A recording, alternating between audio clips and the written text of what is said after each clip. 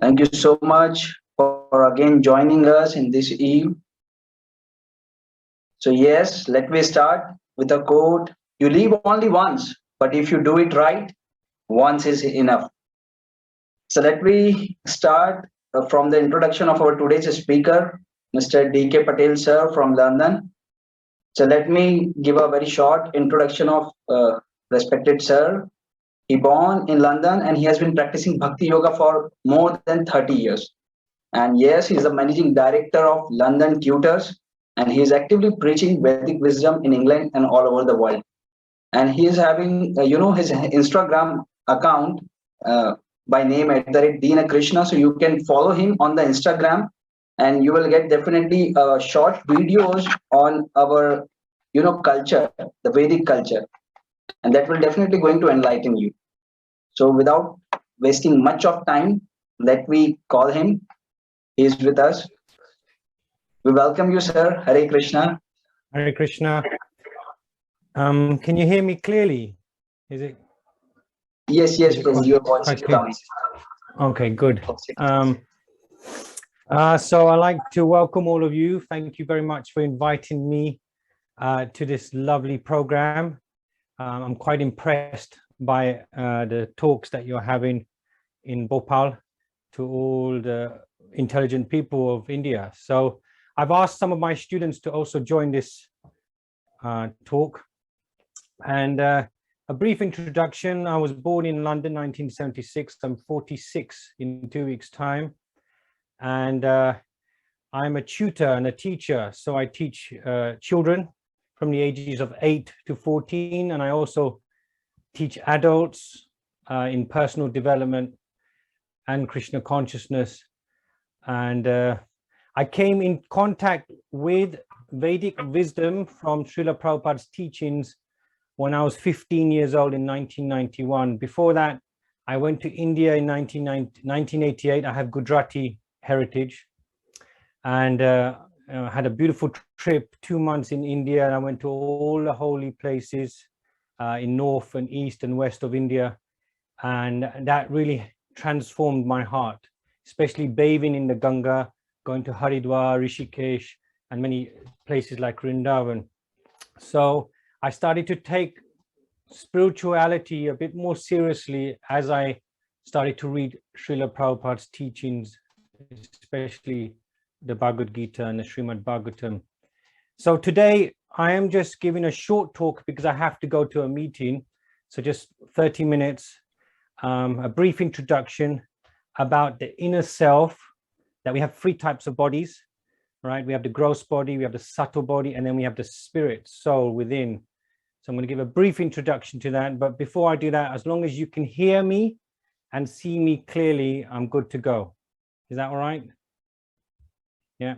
I may have time for some questions, but it's just time so short right now. I do apologize. Right. So I'm going to share screen. Can I do that? Do that? Yes. Okay. So there is a very famous monk who lives in Pune. His name is Radhesham Prabhu, right? And he's famous around the world because he's very good at presenting Vedic wisdom to the youths of India and different parts of the world. And so I'm going to share part of his presentation, Discover the Inner Self, which relates to what we're talking about. So, all right, very simple. And you're from India, so you get this, right? If you're from a different part of the world, maybe it's a difficult concept to understand. But generally, when I go to India and give lectures, the youth of India understand this, right? There's a difference between the body and the soul, just like there's a difference between a car and a driver, right? Very simple analogy, right? Matter, which is what you can see my body right now, right? It seems to be living, but actually it's dead. Matter is dead. It's made out of material elements. And the only reason why I'm animated is because there's something inside me that's giving the energy within the heart region to allow it to move and think. Okay, so that's one aspect. But today I'm also going to give you some evidence from scientists and personal realizations that I've had. Now, when you look at this Mahabharata scene where Krishna is addressing Arjuna, and Arjuna is actually, he's going through lack of confidence, anxiety, he's demoralized, he's stressed, and he's depressed.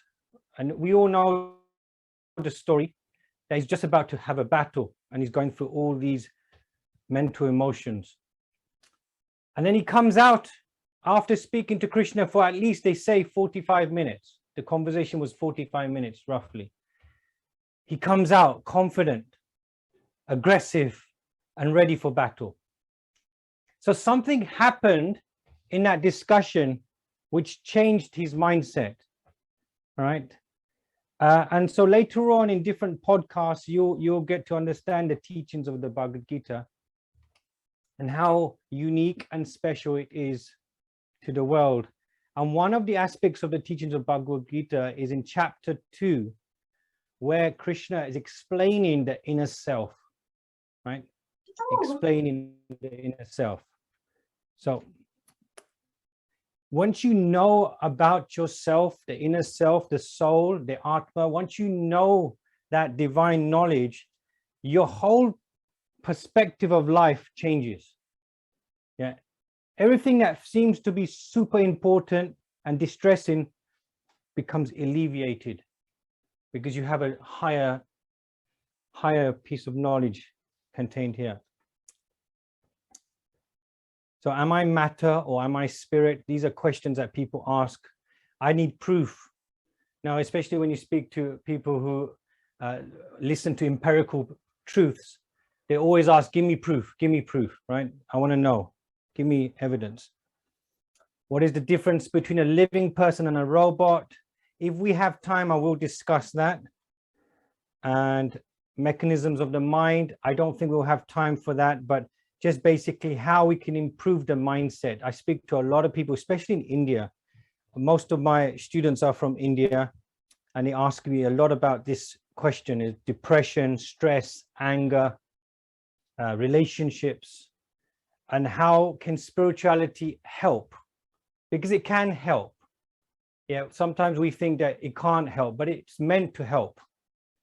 Because we can't solve the problems with material solutions. It has to have a spiritual foundation.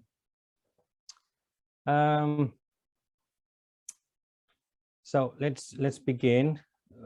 Many people have questions. Now, I did this once in front of a few people. I said, okay, point to your eyes. So we can all do that. You point to your eye, right? Point to your nose. Point to your mouth. Point to your head. Point to your arms. Now point to yourself. So when I did that in front of hundreds of people, they were doing this, some were doing this, some was doing this. Some didn't understand what do you mean point to yourself? Are we the sum of all the parts? What are we? So that's what we're going to discuss today, the real self, pointing within the heart region. Okay. This is a doctor, is Dr. Harry Monson, professor of anatomy, Illinois College of Medicine. That's near Chicago. And he's analyzed the material body, right? In a 60-pound person, there are these elements, right? 5 pounds of calcium, phosphate, potassium. So all these chemicals are part of the body. So when they did the analysis, it's roughly, if you buy these chemicals from a shop, it's roughly 110 rupees. That's how much the material body costs. Let's say give or take a few rupees, right? But that's us. When I'm dead, that's how much my body will cost. When you analyze the amount of composition of elements that I have in the body, it comes down to maybe 110 rupees. But you would say that, wait a minute, my body may be this, but there's something more to it than 110 rupees. Right? If you look at Narendra Modi, do you think he's more than 110 rupees? There's something much more to him than just the body. The spirit is there.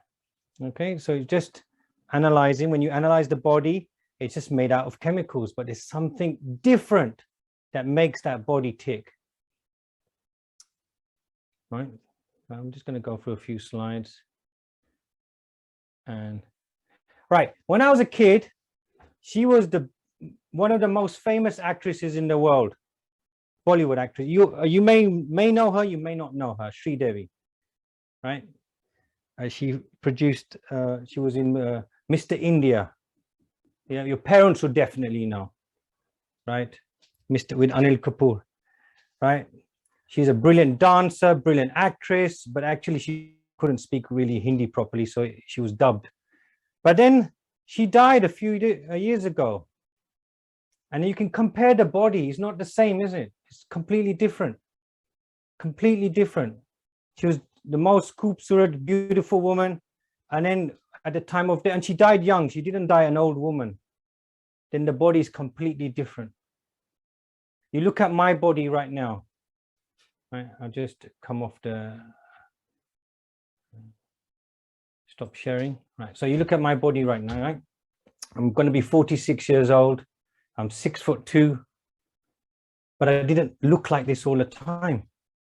There was a time when I was the size of a pea in the womb of my mother.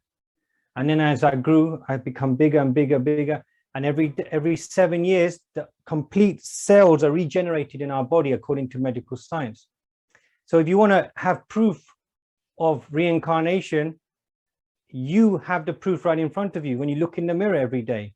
From a child's body to a grown-up body and then to an old body, the body is completely changing, but the spirit within that body, the witness of the activities doesn't change. You may say, well, your memory changes, your intellect changes, that's a different thing. But the person who's witnessing and experiencing everything does not change. Yeah. So that was one of the things I looked at Prabhupada's teachings, the Bhagavad Gita, and then it made sense to me about that we are constantly changing. Our cells are totally regenerating, but the person that is experiencing everything does not change. Constant. Just because energy, according to science, cannot be created or destroyed, it can only be transferred. It can only be transferred. From chemical energy to heat energy to electrical energy, it's only transferring, it's moving. So the spirit soul is eternal. So people get upset when somebody dies. Naturally, you get upset, but then there's a higher knowledge to understand that that soul has not been destroyed. That soul cannot be destroyed. That soul will move on. And that's why I've got some evidences of how it's moved on through witness testimonies. All right, so we'll move on from Sri Devi. Chemicals are the same, no feelings, no thinking, no desires, no movement, no consciousness. When my uncle died, and it was over 25 years ago, he had a heart attack. And I went into the hospital and I saw his body and all my family are crying. I touched his leg. His leg was frozen, cold. Yeah, cold. That's because the spirit soul left the body. The spirit, he was there right in front of me. All the chemicals are there.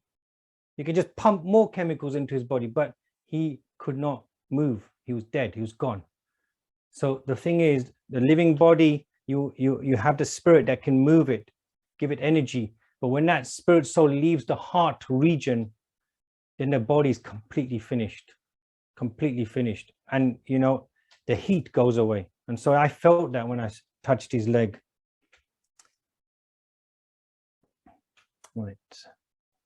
Right, so it's a famous picture within the International Society for Krishna Consciousness. It just shows you that, you know, if you look at my cursor, you've got a man who's becoming old and eventually dies and then reborns again, gets reborn. This is not a concept that is unusual for people from the East. People who practice Buddhism, Hinduism, Sikhism, Jainism, they know this. This is common sense. They understand this. But you'd be surprised how people still don't get it. And people vaguely understand it, but they don't want to act upon it, because there's a difference. When you know you're not the body and you're the spirit soul, your perception of changes, right? It moves to a different dimension. So Krishna says, Na jayate mriyate va katachin nayam bhutva bhavitavana bhuyaha ajo nitya shashvato yam purano na hanyate hanyamane sharire. So he's basically saying the soul does not take birth or dies. It does not take birth, has not come into being, does not come into being, will not come into being, meaning that it cannot be created. It's ajo, unborn, nitya, eternal, and it's the oldest, and it's not slain when the body is slain. So when the body dies, the soul is not destroyed.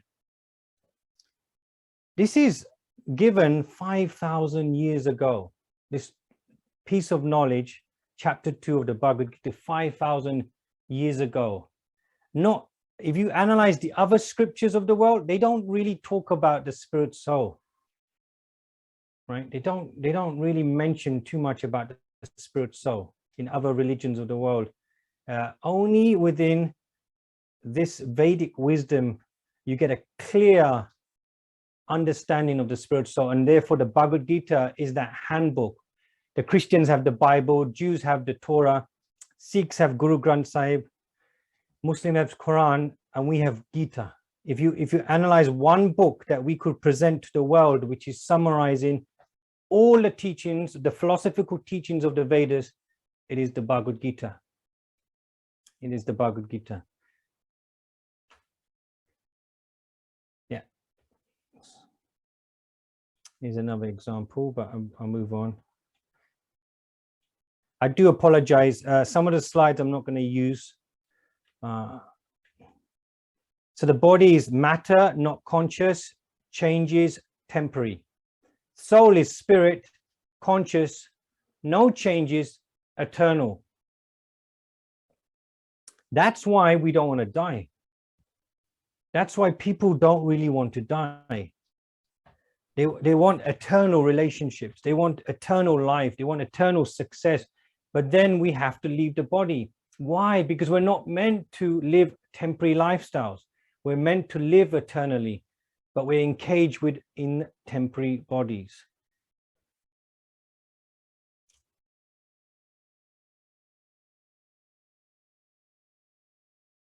So when you look in the mirror tonight and you look at yourself and you go, oh, am I handsome? Am I beautiful? Oh, it's my hairstyle. I've got no hair, but my hair is nice. You are looking at the fake you. That is not your real self, right? It's a temporary form.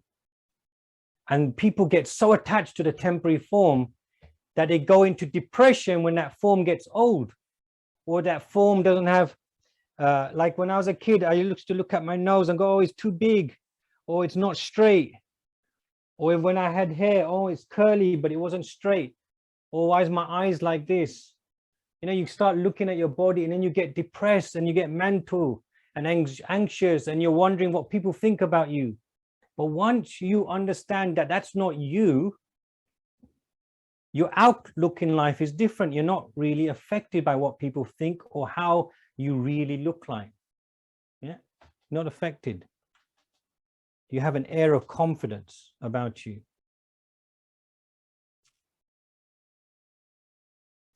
Now, the spirit soul is not just in human beings. Spirit souls are in microbes. We have living organisms in our stomach, and they're spirit souls too. The elephant spirit soul, plants spirit souls, birds. Sarvagataha, Krishna says in the Bhagavad Gita. The spirit souls are everywhere. Spirit souls are in different planets. Spirit souls are within the whole universe. So it's not just, oh, humanoid form, spirit souls. Like in one religion, they believe only humans have spirits and animals don't. So therefore we can eat the animals. So that's their logic. But no, anything that displays consciousness is considered a spiritual soul, organic consciousness, right? Not robotic. We're more than a chemical bundle. Everything is finished at the time of death. Right, so let me try and move on to the slides that I want to get into. Right. Sorry, I'm going to skip a few of these slides. Scientific proofs. Now, everyone wants to have scientific proof, right? I have a cousin who's experienced out-of-body experiences, OBE, but he does it by astral projection. There's a way in the Vedic wisdom where you can actually leave your body, your not your soul, but your subtle body can leave the body and move around the planet. So he started to go into that, and I said, I don't believe it. How can you do that? And he said, no, I can do it. I can do it. It requires a certain type of meditation. And then at a certain point, you leave the body and you can see the body lying there on the bed. And then I just move and go through different walls, and I go to different places and I can see things. And I have never experienced that. But he's like 28 years old, and he said, look, I was looking into Vedic wisdom and I was studying this, and I thought, let me try this out. And it actually worked, right? We don't promote that, but you know, he found that it was true. So I believed him. However, there is research done by doctors and scientists. You can see this dead body, right? Lady lying there in the coffin, everyone's looking, and then they say, she's gone. And you're saying, okay, how can you say she's gone when she's lying there in front of me? What's gone? And then the Vedic opinion is that what's gone is the consciousness of that person is gone.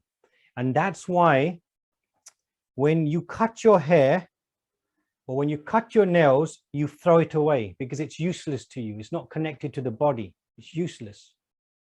Yeah. Or if you see hair in something you eat, you go, oh, disgusting, and you like throw it away. So when a person dies, what happens to the body? In our culture, we burn the body as soon as possible. If you're in India, you burn the body within 24 hours. Why? Because it's dead matter. It's not important anymore. You don't preserve the body and you put it inside somebody's room and let people come and see the body for years and years. No, it's going to decay. So it's a shell. And that's what I'm trying to get to you. I'm trying to explain that this is just your outer shell. And when you understand that, then you can go into the teachings of the Gita and understand more about the purpose of life. On a side note, I just have to say, many people think that practicing bhakti means I have to leave everyone. I have to leave everybody. I have to fully surrender. I'm married. I have 3 young children below the ages of 12. I work. I own a company. So I haven't left anything. All I've done is taken the teachings of the Gita and applied it to my life. And that's why remotely, I feel I'm okay. Because I've put the teachings of the Gita into my life. And I live in London. I live in England. I don't even live in India where it's easier to perform bhakti. I live somewhere totally alien to India, in another country. So if I can practice it, anybody can. Now, let's move on to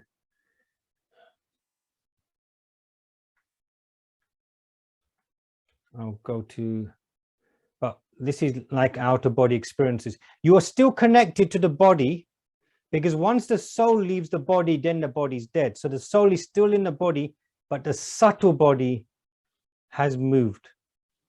And now I just want to explain that on the board. How do I get out of this? Stop sharing. Okay. Right. So here's your body. I don't know if you can all see this. You can all see this, right? And then you have the gross body.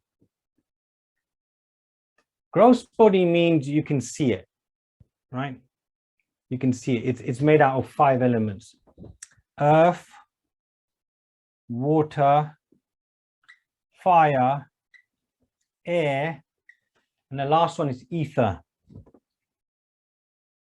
Ether means space, hollow space, or in the akash, you know, space. Fire. Well, how do we get warm? Why are we warm? There's some fire inside us, or chemicals that generate heat. Water, earth, bones, skin, and water. Most of our body is made up of water. That's gross. But then there's something else called subtle. Now that's harder to perceive, harder to prove, harder, you cannot see it. It's the mind. Now, if I said you don't have a mind, you're going to say, Dina Krishna, you're mad. Of course I have a mind. Yeah, of course I have a mind. But I can't see it. Does that mean it doesn't exist? No, it does exist. It's existing in my head. Mind. Intelligence. Intelligence means the power to discriminate, to make judgments. And then you have the false ego. False identity. So false ego means I misidentify my true self. The true self is the spirit soul within the heart, who is the servant of God and meant to devote activities to God. But if you don't identify yourself as a servant of God, you identify yourself as I am this body and my role in life is to enjoy. So you misidentify yourself. I know some people have questions. If I have time, I can answer the questions. So you got gross body, subtle body. And many people in the world find that they cannot control the mind. Hence the stress, anxiety, fear, phobias, depression. According to the World Health Organization, depression is the greatest disease, mental disease in the world. And especially with COVID in the last 2 years, it has increased more and more. So I have many students who ask me how to deal with the mind. The way to deal with the mind is to increase the intellect. And the only way to increase the intellect, or the best way, is to read the scriptures provided by us, by the gurus, the Bhagavad Gita, the Srimad Bhagavatam. This knowledge, this divine knowledge will help you increase the intellect so that you can control the mind. It's a bit about the body. And then you have the spirit, soul, which is in the heart region, called the Atma. But next to the Atma is the Paramatma. This is P, super soul, who is the witness of activities. And Krishna says that, Sarvasya Chaham Hriddhi Sanivishto, Mata Smriti Jnanam Apahanam Cha, Vedescha Sarve Aham Eva Vedyo, Vedanta Krit Vedavid Eva Chaham. He's saying, Krishna is saying, I am in everyone's heart as the Paramatma. From me comes knowledge, remembrance, and forgetfulness. You know, Krishna is saying this. I am the creator of the Vedas and the compiler of the Vedas. Okay, and the object of the Vedas is to know me. So that's why I said 3 bodies at the start: gross body, subtle body, spirit, soul. Okay. And you can identify with whatever you wish, you know, and that's what people do in society. They identify with their gross or subtle body, or they identify with their spirit soul. Okay, let's move on.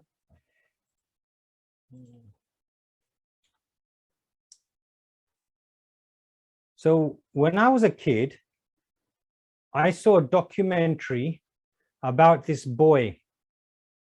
It was a boy in India, little boy. He was like 8 years old boy, and he kept on telling his mom and dad, "You are not my mom and dad. You're not my family. I have a family somewhere else. I have a son. I have a daughter. I have a wife. I have a business." And they couldn't understand. He's only 80 or 90-year-old boy. What are you talking about? No, I have a life somewhere else. I live in another place. And I was shot. Somebody killed me. And so scientists started to investigate. This was a British documentary. And I was like 10 years old at the time. I was watching it. And I was fascinated. I was thinking, what's this all about? And basically, they interviewed the boy. And the boy kept on saying his BB's name, his son's name, family name, business name, parents. And so they went to the village or the town where his previous life was. And it was a British documentary. And they found out that, yes, he was a businessman. He had a family and he was shot to death in the head. Shot in the head. The coroner's report, shot in the head. And so then they looked at the boy and said, "Do you have any birthmarks?" So when they shaved his head, they found a birthmark at the temple area of his skull. And that was exactly the same place that he was shot in his previous life. And I saw that. I was so young. I thought, oh my God, this can't be made up. This is fascinating. How is this possible? That this little kid remembers his past life. Or why can't I remember my past life? Why can't you remember your past life? And the answer is that if you did remember your past life, you cannot live your present life properly because you'll be searching for your past. Imagine you were married to somebody and you're hankering to be with that person rather than start a fresh new life. Only a fraction of the population, especially when they're young children, can remember their past. Really small fraction. So there is a doctor, and I believe he's in America. And if you go on Google now, you can see a lot of these books. And these people are not people that believe in the Vedic wisdom. They're just ordinary people that have had experiences of an out-of-body experience, near-death experience, or remembering previous lives. Yeah, this is not new to the Western world. There are hundreds of books and hundreds of experiences, thousands of experiences, and they've been documented by this person, Dr. Ian Stevenson from America. He's got 3,000 cases of reincarnation memories. You can check him up on Google, right? He's got nothing to do with Hinduism or any Eastern religion. He is just simply a scientist that has to use witness testimonies to verify their stories. And he's researched it. He's researched it.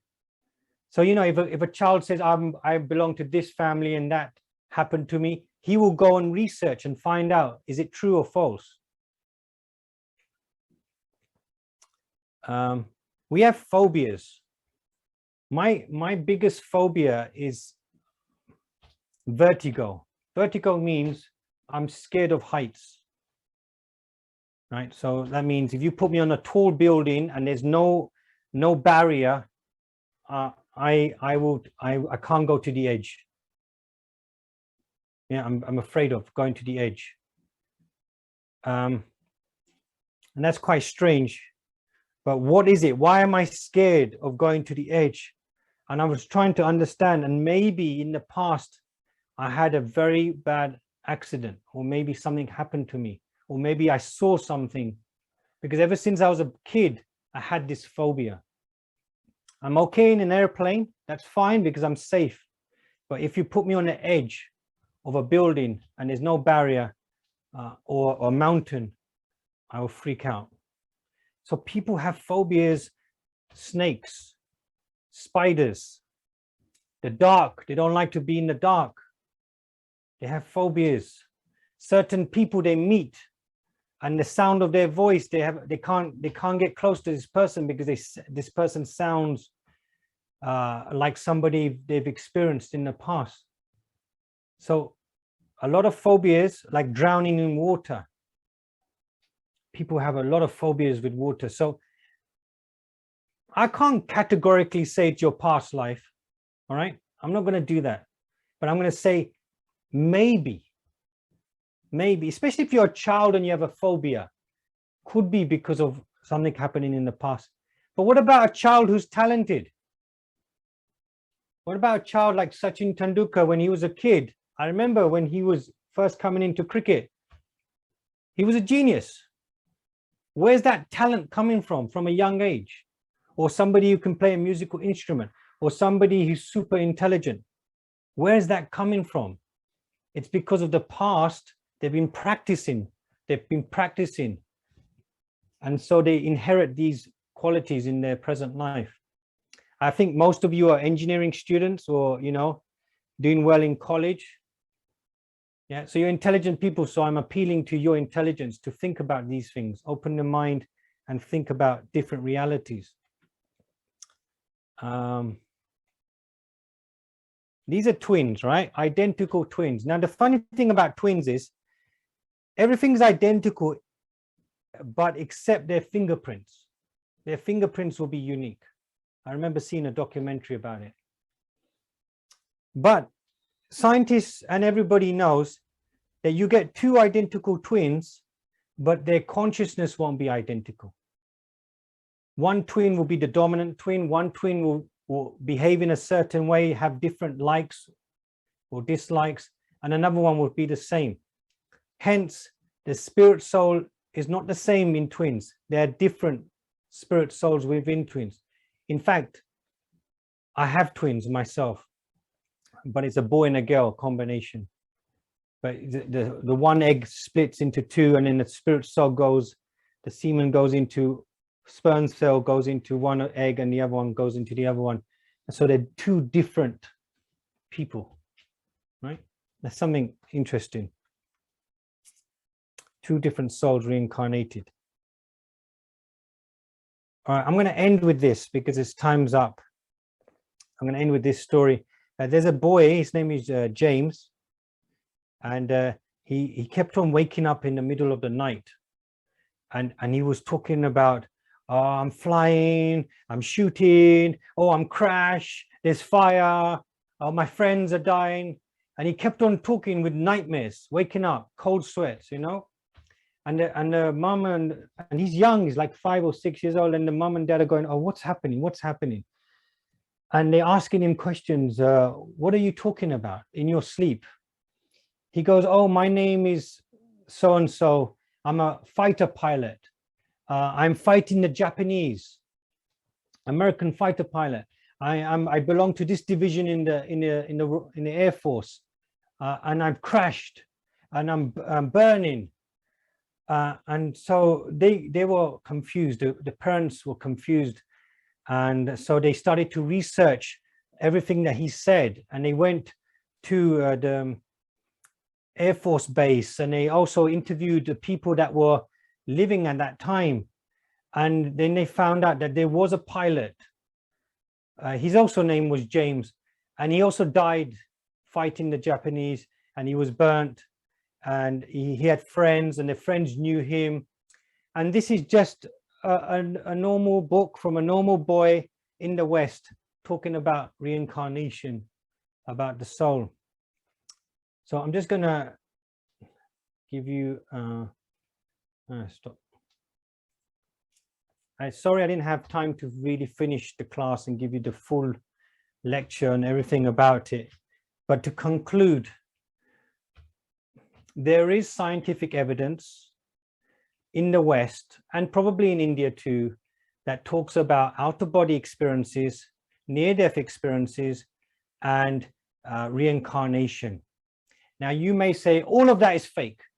And I've spoken to people from different religions, and they will say, no, it's rubbish, it's fake, it's hallucination, they made it up. Okay, maybe it is.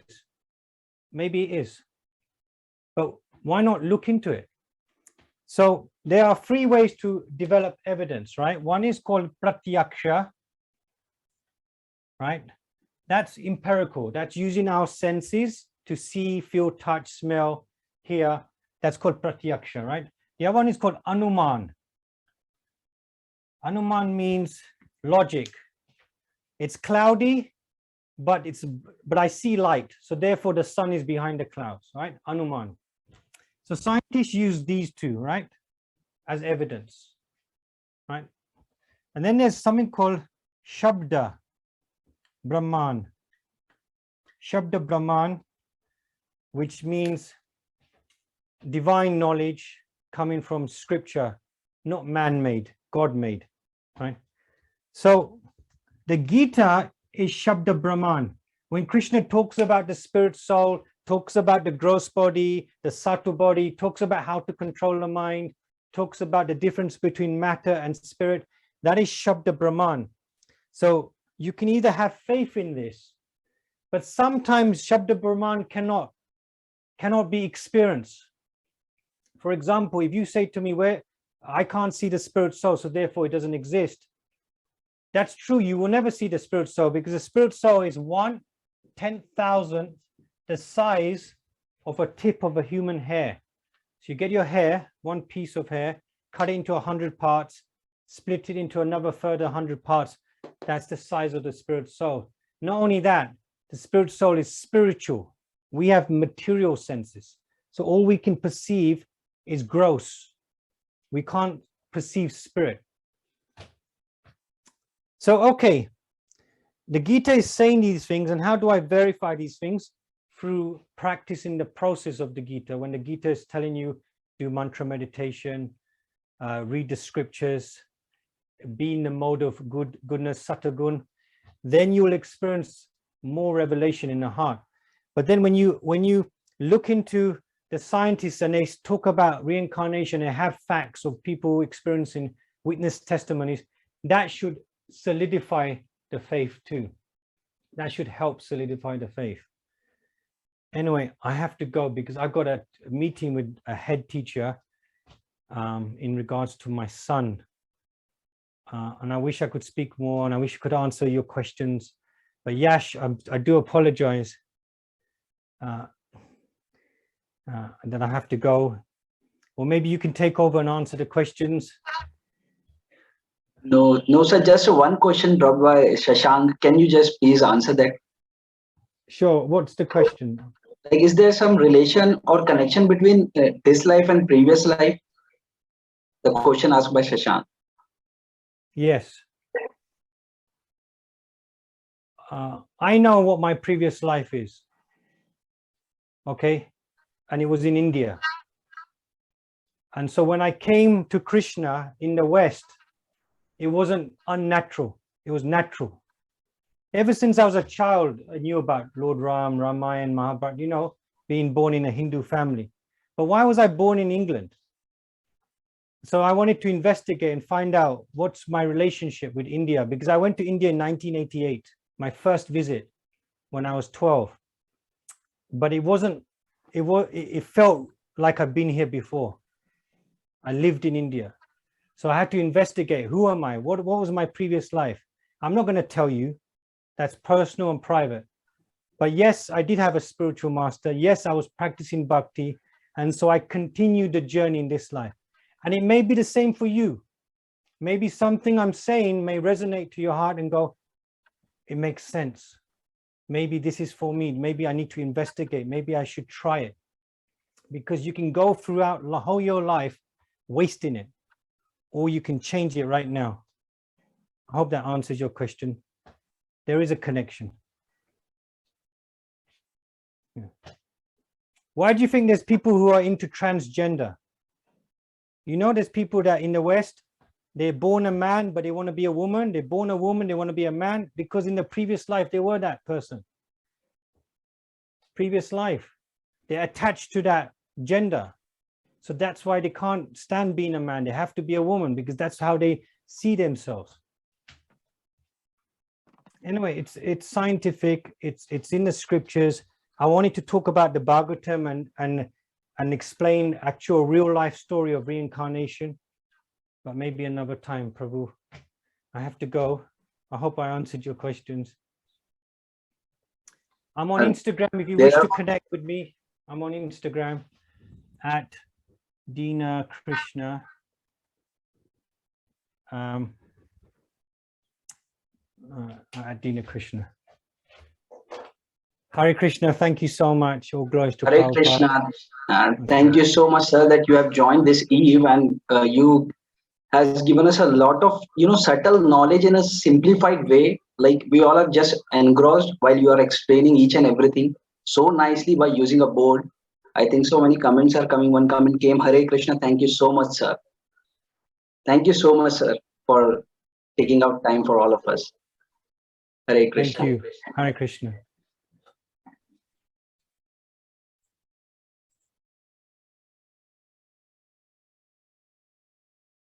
So yes, our meeting not ends here. We are having the performers who have performed in the previous quiz. So let me tell you the name. Push Raj Singh Chauhan got 20 out of 20. So in our traditional way, we generally say Hari Bol. So you all can write in the chat box Hari Bol for the names who got good score in the quiz. Second one is Vivek Kumar Shah, 18 out of 20. Tapan Upadhyay, 18 out of 20. Mohit Raj, Vaibhav Arora, Hari Bol. Jaypreet, 18 out of 20. Rohit Mewada, 18 out of 20. Very nice. Miss Sonal Prakash Chanekar, 18 out of 20. Hari Bol. Shiv Pratap Rajput, Hari Bol. And the last 10th one is Prakriti Dubey, 18 out of 20. Hari Bol. So you all have performed well in the previous quiz, and similarly, one quiz link very soon will be shared in your WhatsApp group. So try to attempt that, because it helps us to realize or analyze ourselves how much we have perceived from the session. And similarly, the another session we will going to have tomorrow at the same time.